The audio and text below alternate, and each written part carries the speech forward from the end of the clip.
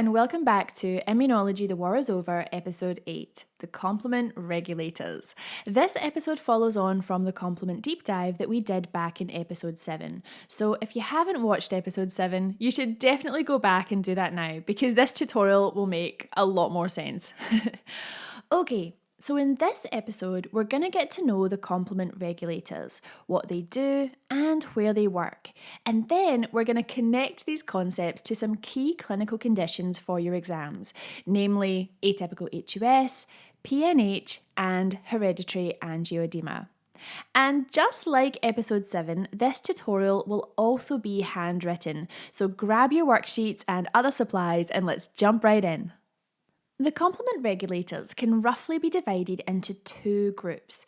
Those that whiz around in our circulation, the so-called soluble regulators, and those which are located on the surface of our cells. The circulating complement regulators include factor H, factor I, C4 binding protein, factor H-like protein 1, vitronectin, and clusterin. The majority of these are made in the liver, although clusterin is expressed by various tissues. The membrane-bound regulators include membrane cofactor protein, or CD46, complement regulator 1, decay accelerating factor, DAF, or CD55, and CD59, also known as the MAC inhibitory protein. And let's not forget thrombomodulin. So that's all the characters. Let's find out where they fit. Now, we saw in episode 7 that the alternative pathway requires the most policing for a couple of reasons. One, because it's always ticking over in the background, so being spontaneously activated. And two, because it's responsible for the amplification loop, which is sparked every time complement is in full swing. And so, needless to say, Mother Nature knew she had to install the most potent complement regulators at this stage of the cascade, within the alternative pathway. Now, we know from episode 7 that this amplification loop involves C3b making C3 convertase, which in turn makes C3b, which makes more C3 convertase, and round we go. And so it follows that in order to inhibit the amplification loop, we need to do two things: prevent the assembly of the C3 convertase and promote the breakdown of the C3 convertase. And the complement regulators have this down to a fine art. First up, preventing assembly. This is predominantly performed by factor I, which is responsible for inactivating C3b and C4b for that matter. Now, before we dive into the magic of factor I, there's something you should know. Factor I is talented and powerful, but sadly lacks initiative. Factor I, if left to its own devices, would do nothing at all. The whole complement cascade could be in full swing and factor I would just whiz on by. But if explicitly told what to do and where, factor I is incredibly helpful and will spring into action. So factor I needs a bit of encouragement to become activated and do its thing. And this encouragement is performed by cofactors. And actually, the majority of complement regulators have the ability to act as a cofactor for factor I, including CR1, MCP, DAF, factor H-like protein 1, and C4 binding protein. So whilst factor I requires encouragement, there are multiple sources of encouragement available. And so factor I, in the presence of these cofactors, will deactivate C3b into inactivated C3b. Now, although it's inactive, this molecule will still function as an opsonin, encouraging phagocytosis and lowering the threshold for B-cell activation. But it's not going to generate any more C3 convertase. Okay, so that's C3b out of the way. Now let's see how we break down C3 convertase. The breakdown of this C3 convertase in the alternative pathway is promoted by factor H, FHL1, and DAF, decay accelerating factor. Now, I think it's worthwhile just taking a moment to point out the potency of factor H. Factor H binds to C3b, preventing the formation of C3 convertase. It is also capable of breaking down any established alternative pathway C3 convertase, and it acts as a cofactor for factor I, which then inactivates C3b. And what's more, factor H, unlike factor I, can do this without any encouragement at all. It doesn't need cofactors, it just gets the job done. And because factor H is circulating in our plasma, it can do this anywhere in the body. And this is absolutely necessary because the expression of those membrane-bound cofactors I mentioned is variable in different tissues around our body. So in any one tissue, these cell membrane regulators are going to benefit from the help of factor H.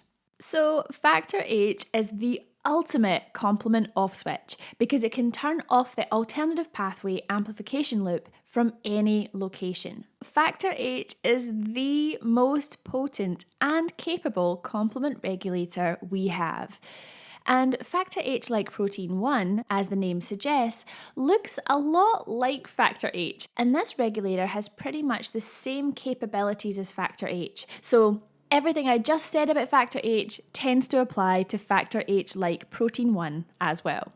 And some of you might be wondering, if factor H is so good at switching off complement, could that ever be problematic? Does factor H ever get in the way and block our immune response to infection? And that is a great question, but the answer is no. Factor H is able to recognize structures which are specific to host cells, such as sialic acid, which pathogens don't tend to express. So factor H knows when complement is handling a pathogen and when complement is spilling over onto healthy tissue. So factor H is not going to get in the way of an immune response to infection, but it does protect our healthy cells from complement-mediated damage. So clever. Okay, so now we've covered the regulators of the amplification loop, but this only tackles the C3 convertase within the alternative pathway, C3BBP. And we know that we have another C3 convertase that can be generated via the lectin and classical pathways, C4b2b. So let's shift our attention to see how regulators handle this side of the complement cascade. And helpfully, this is very similar to what we just saw. Factor I also inactivates C4b into C4d, so prevents the assembly of C3 convertase. But again, factor I will only do this with encouragement from cofactors. And on this side of complement, the membrane-bound regulators such as MCP and CR1 can help factor I just like they did in the alternative pathway. But on this side, factor H doesn't help at all. Factor H is the strongest regulator we have, and so it needs to focus all of its attention on the amplification loop, and it does not leave its station. But standing in for factor H on this side of complement is C4 binding protein, a soluble regulator that travels in our plasma to help factor I do its thing. And lastly, we have DAF. DAF promotes the breakdown of C3 convertase in any form. So regardless of whether this is created in the lectin, classical, or alternative pathways, DAF will break this enzyme down in a jiffy. So DAF doesn't let any C3 convertase get comfortable. But again, because factor H is only dealing with the amplification loop, this means that DAF is the key regulator of the C3 convertase in the classical and lectin pathways. Okay, so we can see that Mother Nature poured a lot of resources into dealing with C3 convertase in any form, but she also installed some other gadgets further down the cascade which inhibit the formation of the membrane attack complex, or MAC. MAC is composed of C5b, 6, 7, 8, and 9, which all come together to form a pore in the cell membrane. The pore doesn't really start to form until C8 and 9 come along, and there's a particular complement regulator designed to block these. And this regulator is CD59. CD59 goes by many different names: MAC inhibitory protein, membrane inhibitor of reactive lysis, and protectin. I'm not sure why we needed so many names for the one molecule, but there you have it. Anywho, this regulator binds to C8 and 9, thus preventing them from establishing a hole in the cell wall, which makes this the most important MAC inhibitor we have. But it's not the only one. We also have clusterin and vitronectin. These plasma proteins bind to the building blocks of MAC, thereby preventing them from coming together as a complex. And as if that wasn't enough, our body cells love to show MAC the door. When healthy cells detect MAC on their surface, they have a tendency to wall it off and get rid of it. They may do this via exocytosis, sort of chopping MAC away, or alternatively, they may choose to internalize and degrade MAC inside the cell. Incredible. Okay, so now we've sorted C3 convertase and MAC. But what about those pesky anaphylatoxins, C3A and C5A, just whizzing around in our circulation, causing havoc? These are deactivated by enzymes known as carboxypeptidases into C3 desarge and C5 desarge. Sorted. And now that we've covered the major complement regulators, there's another one I'd like to throw into the mix: thrombomodulin. Thrombomodulin is located on our endothelial cells with only a small amount in our circulation. It has roles in regulating both the complement and coagulation cascades. But when it comes to complement, thrombomodulin helps out in a couple of areas. Firstly, it enhances the effect of factor H as a cofactor for factor I. So factor H encourages factor I to inactivate C3b, but when thrombomodulin is around, factor H can do this better than ever. The other place that thrombomodulin helps out is in promoting the carboxypeptidase, which deactivates C3a and C5a. So thrombomodulin doesn't do anything single-handedly, but we can see that it adds value to the complement regulators at important points in the cascade, helping to combat the amplification loop and those pesky anaphylatoxins. So that's the complement regulators in all their glory. Now let's bring this together by taking a look at where these show up in our clinical practice. Arguably the most notable condition when it comes to complement dysregulation is atypical HUS. In this condition, complement gets out of hand and causes tissue damage. This manifests clinically as thrombotic microangiopathy, or TMA, which is the combination of microangiopathic hemolytic anemia, thrombocytopenia, and organ ischemia. And so atypical HUS is both organ and life-threatening. And in particular, it just loves to attack my favourite organ, the kidney. If left untreated, atypical HUS results in end-stage renal failure in 70% of cases, which is a disaster in anyone's book. But when diagnosed and treated early with eculizumab, the outcomes much improve. And so it's really important to know about this condition and be able to diagnose it.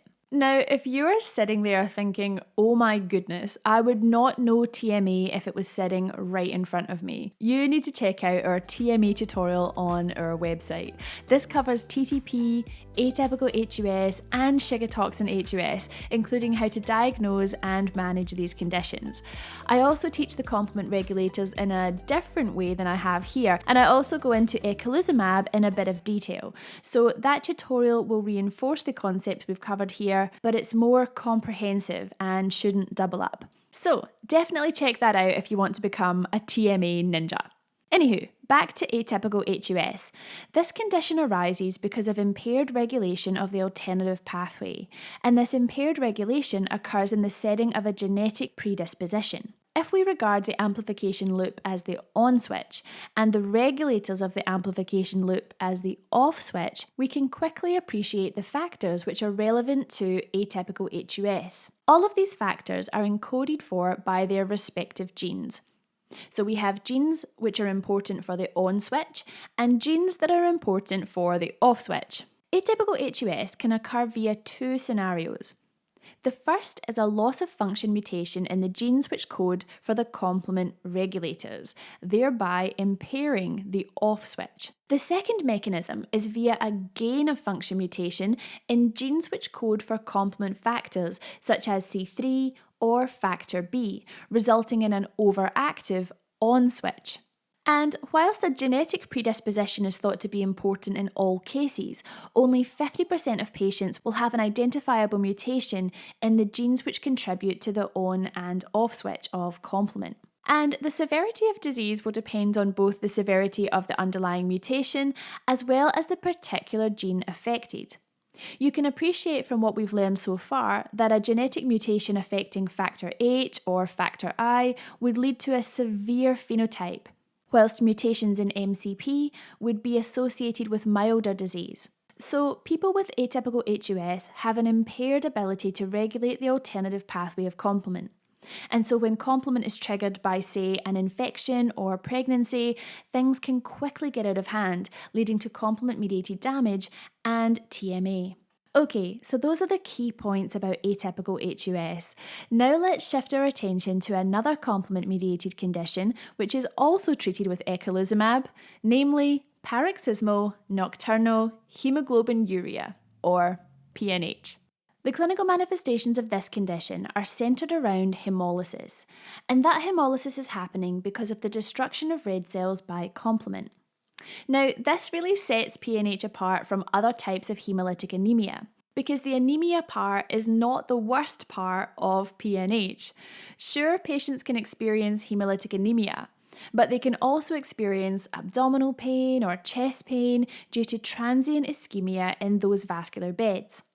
The ischemia arises because free heme in the circulation scavenges nitric oxide, which leads to vasoconstriction. But that's not even the most dreaded complication of PNH. The worst part is the risk of thromboembolic disease, which can be life-threatening. And these clots may occur in unusual places, leading to things like Budd-Chiari syndrome or cerebral vein thrombosis, for example. So again, although this is a rare condition, it is potentially life-threatening, and so we should know a little bit about it. Okay, so this hemolysis in PNH is happening because of destruction of red cells by complement. And the red cells are vulnerable to this because they have a deficiency of complement regulators on their surface, namely CD55, or DAF, and CD59, the MAC inhibitor. Now, what if I told you that this condition is underpinned by a genetic mutation, but this mutation only affects blood cells, and even then it doesn't affect every single blood cell we have. Rather, we have a population of blood cells which are affected. So why might that be the case? And this is where it gets interesting. CD55 and CD59 both require something known as GPI anchors to exist on the cell surface. Without these anchors, they will simply not be there. And these anchors are encoded by the PIG-A gene. In PNH, there is an acquired mutation of the PIG-A gene. This occurs exclusively in the bone marrow. So for people with PNH, it's not a problem they're born with. Rather, they have the PIG-A gene working just fine until one day, one of those little hematopoietic stem cells chucks a genetic mutation into the mix. So there in the bone marrow, early in the production line, there's a cell with a PIG-A mutation, and every cell which is derived from that cell will also have the PIG-A mutation. And these affected cells will have difficulty placing any GPI anchored proteins such as CD55 or CD59 on their surface.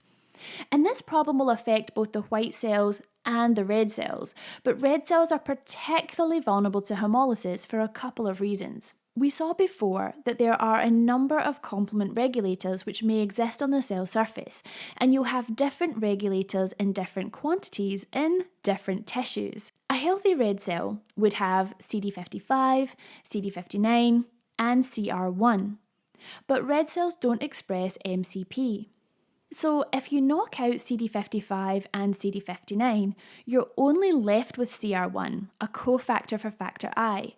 And even then, CR1 is only sparsely present on red cells as compared to their white cell counterparts. And so in PNH, the red cell defense against complement is diminished. And on top of this, we know how osmotically sensitive red cells are. They do not respond well to having holes in their cell membrane. So PNH happens when there is an acquired mutation in the PIG-A gene within the bone marrow production line. This generates a population of red cells which are extremely vulnerable to hemolysis at the hands of complement. Fascinating, right?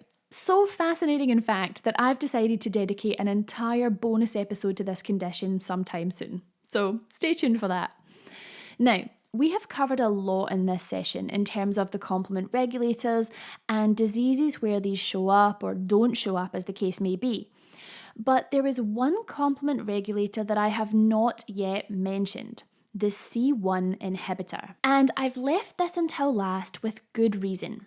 You'll see why in a second. The C1 inhibitor works by inhibiting the proteases within both the classical and lectin pathways. So it inhibits CR1 and S in the classical pathway and inhibits MASP in the lectin pathway. Now, this sounds like an important job, but the truth is that when it comes to switching off the complement cascade at large, the C1 inhibitor is not a game changer. And when this enzyme is deficient, we don't necessarily have problems shutting down complement because we have so many other potent regulators downstream which can compensate for this. So, C1 inhibitor deficiency doesn't lead to complement-mediated disease per se. But C1 inhibitor deficiency does lead to a potentially life-threatening disease called hereditary angioedema. In this condition, there is a genetic mutation which results in deficiency of the C1 inhibitor. And it turns out the C1 inhibitor has important inhibitory functions not just in the complement cascade, but in other proteolytic cascades as well, with influence on coagulation and the kinin-kallikrein system. Now, if you have never heard of the kinin-kallikrein system until this moment, that makes two of us. But don't worry, we can sum this up in a sentence or two. The kinin-kallikrein system has only one job: making bradykinin. Bradykinin is a potent inflammatory molecule which causes vasodilation and altered vascular permeability. The C1 inhibitor is incredibly important for keeping bradykinin under control. And so if the C1 inhibitor is deficient, bradykinin production is not well regulated and can lead to angioedema.